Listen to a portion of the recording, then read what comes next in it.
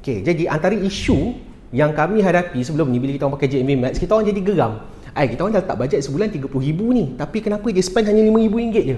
Sakit hati sebab duit ada. Kita nak spend supaya kita boleh dapat more sales, tapi pahal lah. Sakit hati GMV Max ni, makanan dia adalah konten. Kita kena provide konten dekat dia. Konten pula, kita kena buat konten-konten yang pelbagai. Sebagai contoh, ada banyak reply komen dan sebagainya lah. Okey, kejap lagi saya cerita pasal konten.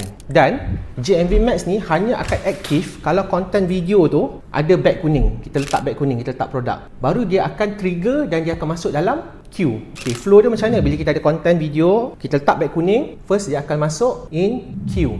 Apabila dia dah masuk dalam fasa in queue, next dia akan masuk learning phase. Bila dah masuk learning phase, dia akan pergi kepada dua bahagian. Sama ada dia rasa macam, bagus lah video ni, kalau dia perform, dia akan letak kat delivering. So ads ni akan jalan lah bila dah ada conversion semua. Bila dia masuk kat learning phase, tak spend lah, tak ada orang beli pun guna video ni. So dia akan masuk kepada not delivering. Itu flow dia.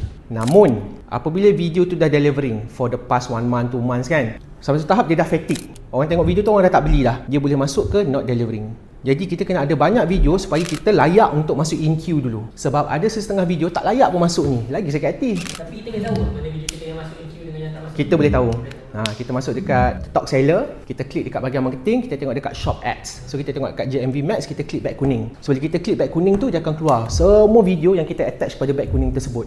So kita boleh tahulah apa status video kita tu dekat in queue, learning phase. Auto lah kalau masuk back kuning, automatic akan masuk. Yes, automatic akan masuk kat situ. Dia tengok pada SKU. Katalah kita ada back kuning 1, 2, 3. Contohlah, back 1 pomade, back 2 clay, back 3 powder. Semua video ni pasal pomade je.